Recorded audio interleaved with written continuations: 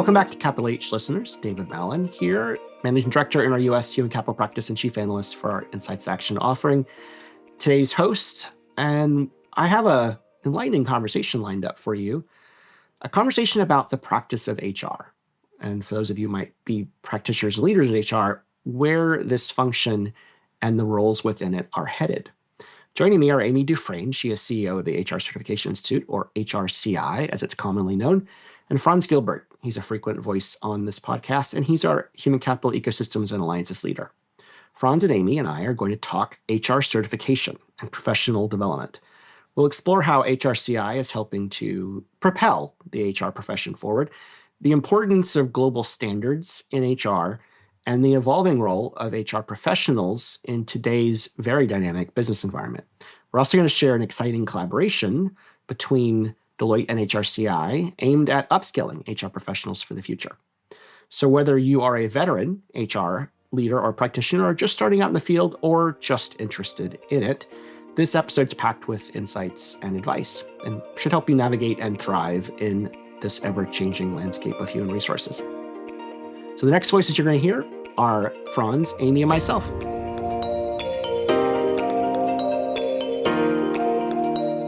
Welcome back to Capital H, listeners. I am joined by Franz and Amy. I'm going to let them introduce themselves, and then we'll dive in. Welcome back, Franz. Our listeners hear your voice fairly often, but quickly say hi and tell us who you are. Let's have Amy. Amy, you're the true guest. Amy, go ahead. Oh, well, thank you. Yeah.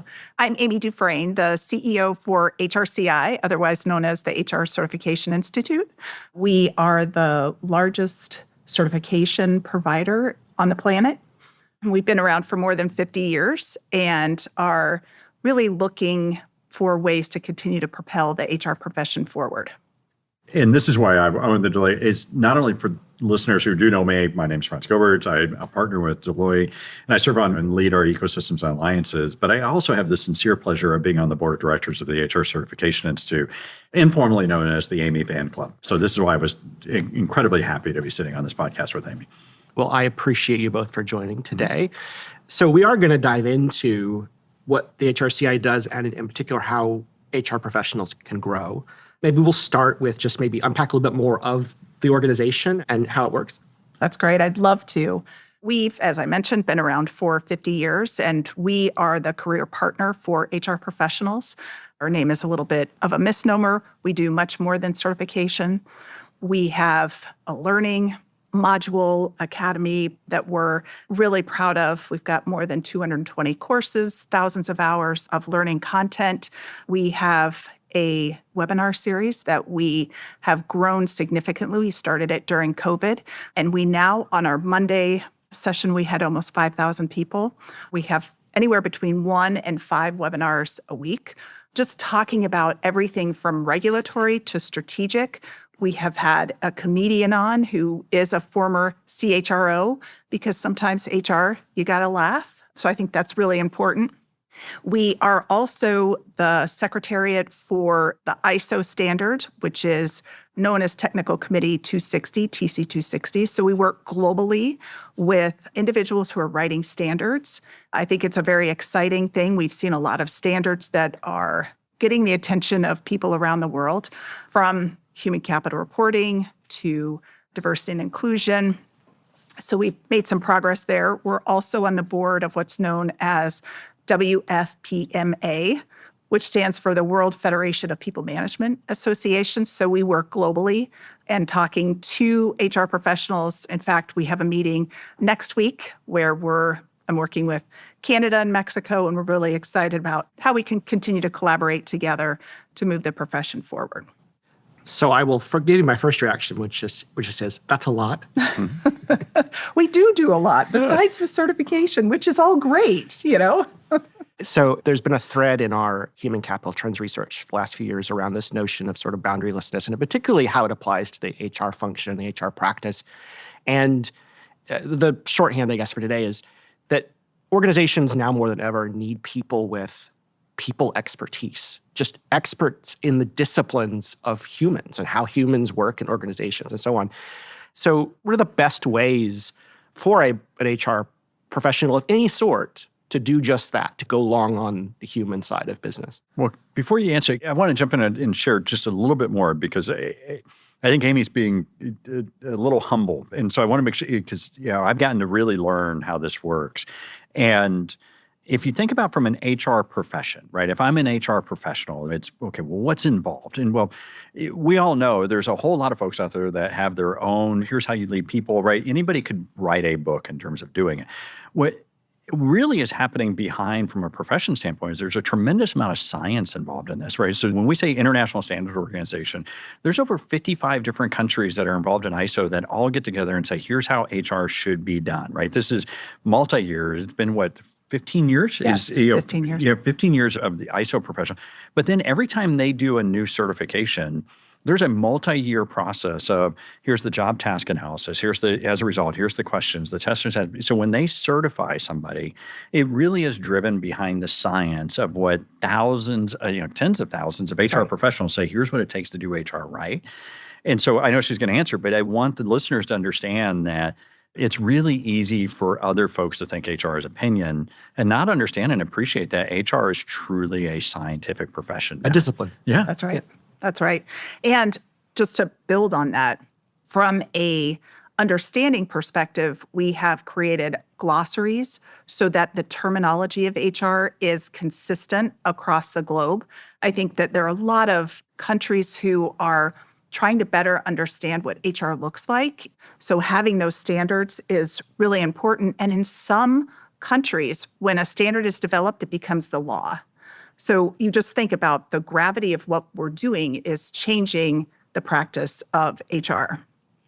And I think that we've got subject matter experts from around the globe that are helping us to ensure that we are developing the certifications in and around how HR is practiced. Mm-hmm. So I think that speaks volumes to what we're doing, how we're embracing the global community, and ensuring that even in some areas where HR is still developing, it's important for us to help them to navigate the development of that in their particular countries.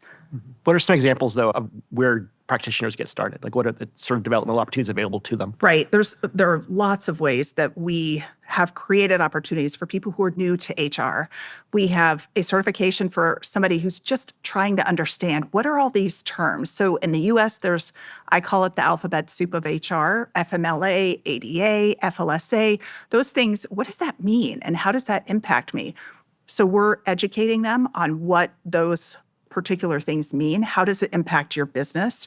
The webinar series that I mentioned that we created, we're really talking about that and educating people on what these things mean. And we've created a community of people to come together and ask for help. So those people that are new, that are just trying to learn, no question is a dumb question. So how do I've got this problem. What do I do? How do I solve it? And so those are ways that we really try to help people who are entering into the profession or just trying to look to see if it's for them. Yeah. In our learning center, we have several courses that are foundational courses for people to really get their feet wet and understand what is HR, what does it mean, and how does this impact us? And David, one of the Deloitte statistics that we've done from our own research is, and because I love your question, because what we've learned is over 80% of HR professionals did not start in HR, right? We all kind of accidentally ended up doing HR for any number of paths, right? I was in accounting and I went to finance, or I did an operations program. Next thing I was doing change management, right? But you end up there. And so as a result, you end up in this profession and you're like, it's so broad and so much to learn, right? And that's why I'm a big fan of certification and what's going on there. A couple of threads, though, and something that you both hit on so far, is that it is a community and it's a global community and you're a global organization. What are you doing to make those connections? How do you connect the community of HR? So I think our platform, our online platform called Engage, it's on our website. People can get to it and we're connecting people that way. It's free. We want people to come in and learn, meet from other people. Part of what Franz was talking about is as we're building these exams, we're creating communities because we're bringing subject matter experts together and they're sharing what they're doing. And so these 3-day, 4-day sessions that we're doing together to ensure that we are our certifications have the best-in-class, best practices of HR, are guided by those subject matter experts. And they love coming. They love coming because they learn, they grow themselves, and those are people who have more years of experience in HR, but it's a great way to continue to grow your community. Right. Because one of the things that, to understand is if you think about HR as a profession, it's the entire economy, right? So what we know is over 92% of HR professionals are what we call HR1.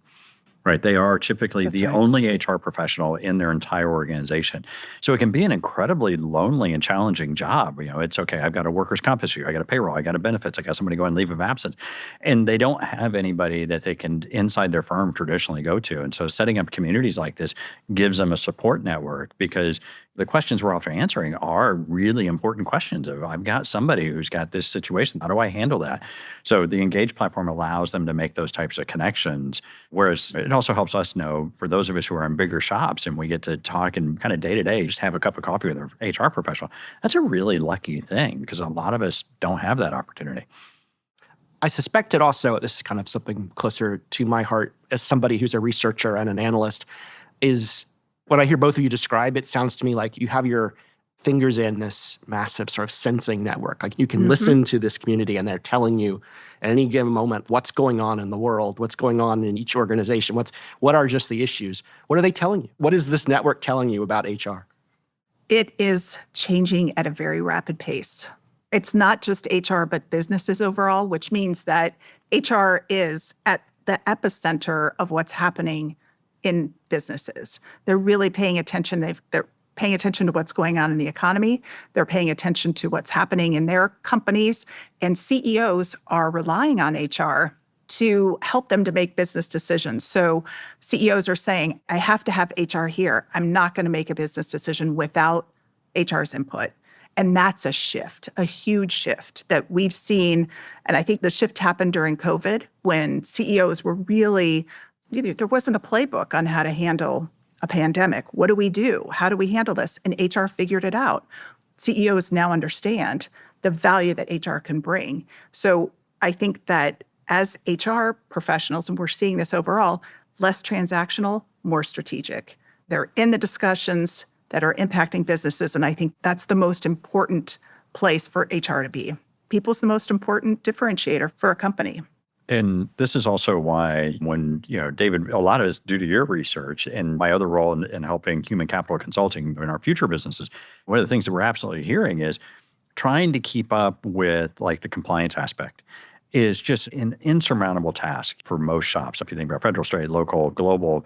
And so that's driving a lot of our new practices in terms of how are we helping people with contingent workers, what our compliance service is going to look like.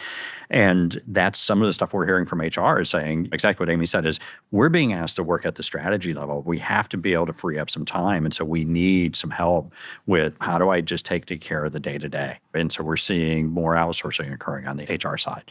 So it's kind of fun because not only does Amy get to see it, but we also get to see it from the consulting side. And I think to build on that, HR professionals are really looking at how do we integrate machine learning, AI, technology into the business? How do we have people perform in what I call their zone of genius? That's not my term.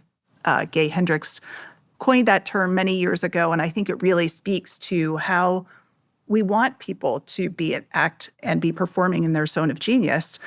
And there's a lot of things that machines, robots, technology can help us to do that we don't need somebody to do those sort of rote tasks. And now they're even more sophisticated than just rote tasks. But I think that's another area where we're seeing growth. So I think HR is really trying to lean into this whole tech change. What does that mean? And how can we have technology that will help us to work better in not just what we're doing in HR, but across the business? I guess that gets to part of what Franz is talking about is our types of expertise that have probably always been true. We need to know about certain kinds of operational things, how to make sure we're on the right side of certain regulations, how to make sure people get paid on time, et cetera, right? There's just some parts that have been around with us for a long time. But you're talking about new things like machine learning and so forth that my guess is even HR practitioners that have been in the seats for even a short amount of time are still like, wait, what? I have to be an expert at that too, right? What are some of those skills of the new HR practitioner? What are some of those new disciplines that we're having to be a genius at? Right. I think HR has to be a genius in adaptability because we're seeing the need for that, the rapid pace of change right now. So how do we be adaptable? How do we train our teams to be adaptable? What does this mean? What does this look like? So I think that's an area that we're seeing the importance of what HR needs to bring. I think it's that change, being able to pivot when things change so rapidly. We're really trying to pay attention to what those things look like. And I think that as HR leaders, we've got to make sure that we're transparent in some of the things that are going on in the business, because that impacts not just the HR teams, but the teams across the organization. That's not really a skill. It's more of a way that we need to be. A mindset. Right.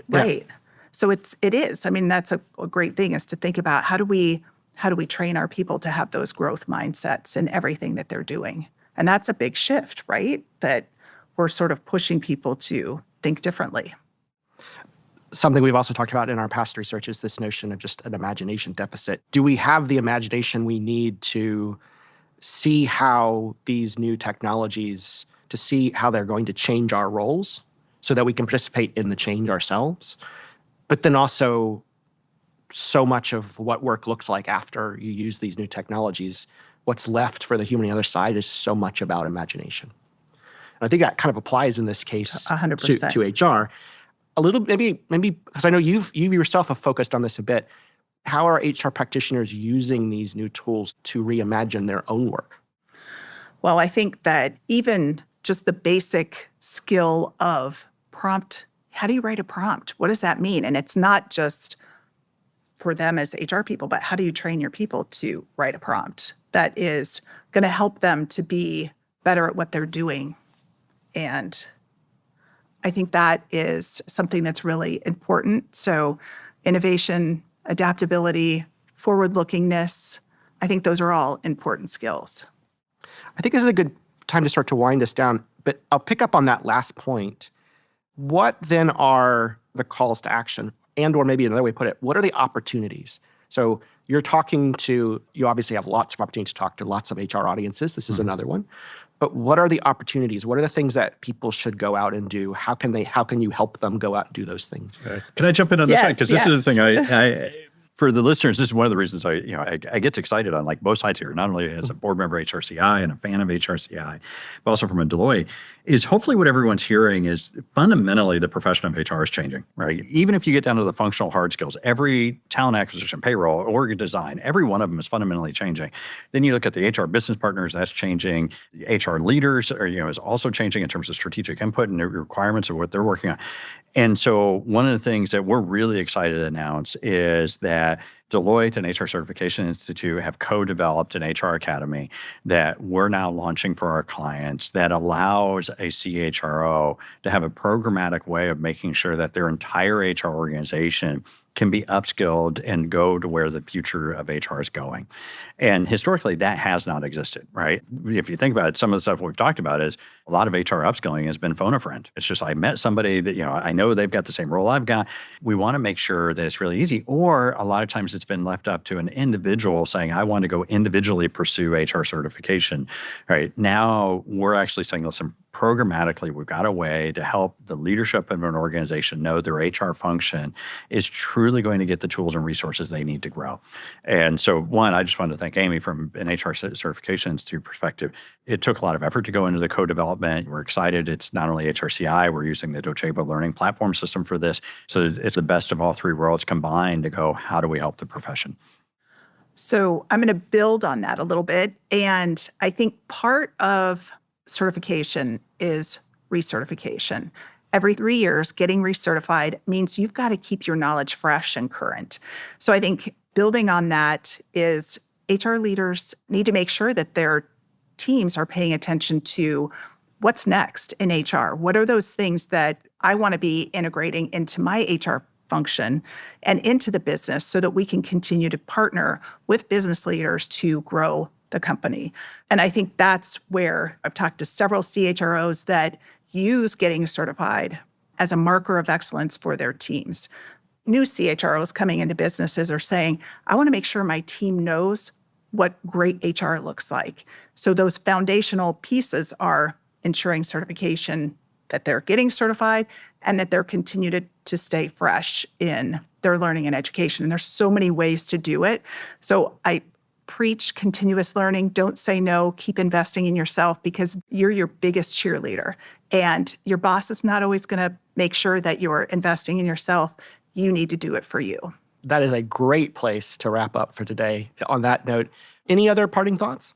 Just what Amy said. I mean, this is truly a great time to be in HR. I was not joking in that every functional aspect of HR is changing, right? So as long as you've got that passion and curiosity, there's an amazing amount of stuff going on.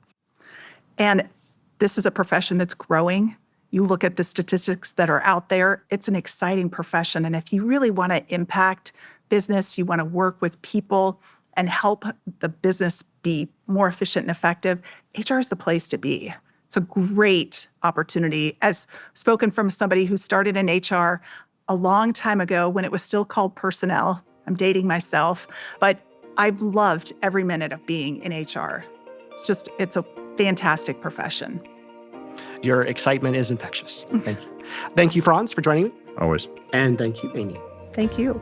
And thanks, listeners. We'll talk soon. Thanks again, listeners, for joining us today. If you enjoyed today's episode, do like us wherever you found us, and subscribe if you haven't already. And check in with us on social media. We'd love to hear from you. That's a wrap on this week's Capital H. Until next time, stay curious.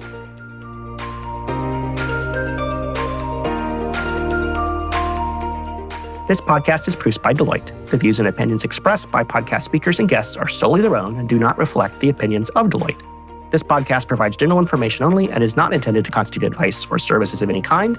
For additional information about Deloitte, please go to deloitte.com/about.